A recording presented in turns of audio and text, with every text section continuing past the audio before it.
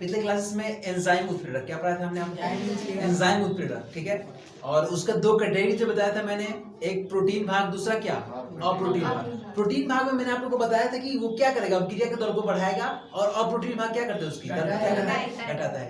ठीक इसी प्रकार से उसका दूसरा उत्प्रेरक का प्रकार हमने पढ़ा है क्या, धनात्मक उत्प्रेरक। धनात्मक उत्प्रेरक क्या होता है, धनात्मक उत्प्रेरक अभिक्रिया की दर को क्या करता है, बढ़ाता है। और मैंने सेम आपको वहां सिखाया कि जब अभिक्रिया की दर बढ़ेगी, अभिक्रिया की दर बढ़ेगी तो क्या होगा, सक्रिय क्या होगी, घटेगी, ठीक है। तो वो हमारा धनात्मक उत्प्रेरक। वो तीसरा कॉन्सेप्ट है हमारा क्या, ऋणात्मक उत्प्रेरक। यहाँ पे हमने ये बताया आप लोगों को कि ऐसा वैसा पदार्थ जो क्या करे, अभिक्रिया की दर को घटा दे, ठीक है। तो घटाएगा उसे क्या कहेंगे, ऋणात्मक उत्प्रेरक। क्या कहेंगे उसे, ऋणात्मक उत्प्रेरक। और सक्रियण ऊर्जा अभिक्रिया के दर जो होता है, अभिक्रिया का वेग, उसके बीच में इनवर्सली प्रोपोर्शनल का ये रिलेशन होता है। मतलब ए वो क्या होगा, अभिक्रिया की दर घटेगी तो ये क्या होगा, सक्रियण ऊर्जा बढ़ेगी। आपसे पूछा जाएगा एग्जाम में कि हमें बताइए कि ऋणात्मक उत्प्रेरक में सक्रियण ऊर्जा बढ़ती है घटती है। तो ऋणात्मक उत्प्रेरक में देखिए आपको लग रहा है कि ऋणात्मक है तो घटेगा, नहीं जी, घटता है अभिक्रिया का दर, बढ़ता क्या है, सक्रियण ऊर्जा, ठीक है। तो इसको याद रखना है कि वह पदार्थ जो अभिक्रिया की क्या करे, अभिक्रिया की दर को घटा दे और सक्रियण ऊर्जा को बढ़ा दे, उसे कहते हैं हम क्या, ठीक है।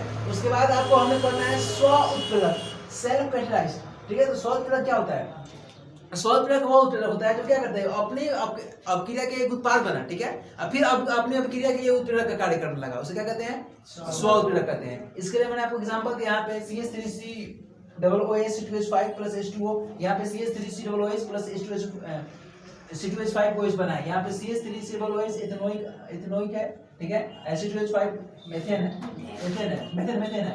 जल्द मिलकर आपको ये जो बना है ना CH3COOH, ये आपका उत्प्रेरक की इस अभिक्रिया में कार्य करेगा, ठीक है। तो स्व उत्प्रेरक क्या होता है, इसका डेफिनेशन से हमें मतलब है, डेफिनेशन ये होता है इसका कि वो क्या करे, अभिक्रिया के बन के एक उत्पाद बने, ठीक है, और वो फिर वो उत्पाद अपनी अभिक्रिया के लिए उत्प्रेरक का कार्य करे। मतलब अभिक्रिया के दर को क्या करे, या तो बढ़ाए या तो घटाए, जो उत्पाद बना है वो, ठीक है। तो उसे कहते हैं स्व उत्प्रेरक। उसके बाद हमें यहाँ से पढ़ना था उत्प्रेरक विष, पॉइजन के स्लाइड में उसको बोलते हैं। तो ये पॉइजन से आपको समझ में आ रहा है कि हाँ कि विष है तो क्या करेगा, खत्म करेगा। मतलब वो पदार्थ जो किसी अभिक्रिया में भाग लेकर उसकी क्रियाशीलता को चाहे उसको नष्ट कर दे, उसे क्या कहते हैं हम लोग, स्व उत्प्रेरक। आपके सामने 2SO2 + O2 बना हुआ है 2SO3, तो जो इसमें पीटी मिलाते हैं तो ये क्या करता है, उत्प्रेरक की तरह कार्य करता है। लेकिन जैसे ही इसमें एल्युमिनियम हाइड्रोक्साइड नहीं ऑक्साइड मिलाते हैं, Al2O3 मिलाते हैं, ये इसमें विष का कार्य करता है, ये अभिक्रिया को नष्ट कर देता है, ठीक है। इसलिए इसे कहते हैं विष उत्प्रेरक। आप नाम से भी, नाम में ही आधा डेफिनेशन छुपा हुआ है। यदि आप एग्जाम में लिख रहे हैं ना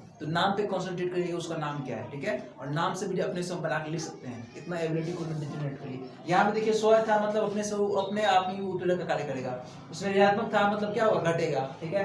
यहाँ विष उत्प्रेरक क्या है, मतलब विष की तरह कार्य करता है, खत्म कर दे रहा है। यहाँ पे पढ़ना है प्रेरित उत्प्रेरक, इंस्पायर्ड कैटलाइट। मतलब प्रेरित क्या करेगा, दो अभिक्रिया हो रही है ना, तो दो अभिक्रिया हो रही है, समझिए कि ये पहले अभिक्रिया हो रही है, दूसरी अभिक्रिया हो रही है, तो इसके कारण ये अभिक्रिया क्या हो रही है, उत्प्रेरक का कार्य करे ना।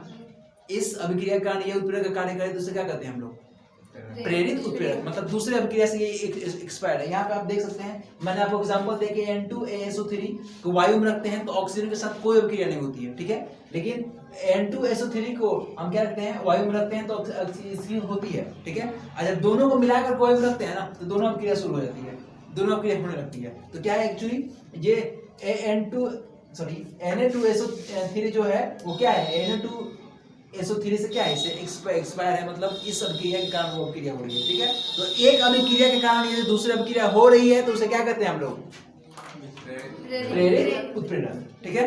चलिए एक लास्ट हमारा जो बचा हुआ है उसको बोलते हैं उत्प्रेरक वर्धक। उत्प्रेरक वर्धक क्या होता है, तो उत्प्रेरक वर्धक मतलब ये खुद उत्प्रेरक नहीं होता है, ये उत्प्रेरक नहीं है, लेकिन किसी अभिक्रिया में डाल देते हैं ना तो उसकी क्रियाशीलता को बढ़ा देता है, तो उसे क्या कहेंगे, उत्प्रेरक वर्धक, प्रोमोटर कैटलाइस्ट, ठीक है।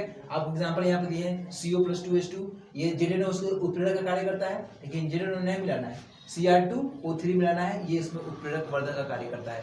ये Cr2O3 उत्प्रेरक नहीं है, लेकिन फिर भी इस अभिक्रिया की क्रियाशीलता को क्या करता है, वो बढ़ा देता है, इसलिए इसे क्या कहते हैं, उत्प्रेरक वर्धक करते हैं। यहाँ से आपको टोटल यहाँ पे कंप्लीट होता है उत्प्रेरक का जितना चीज था टाइप मैंने सब कुछ बता दिया है, ठीक है। एग्जाम में से आपसे 2 नंबर में या ऑब्जेक्टिव में कुछ ना कुछ जरूर घुमा फिरा के इसमें से पूछा जाता है, ठीक है।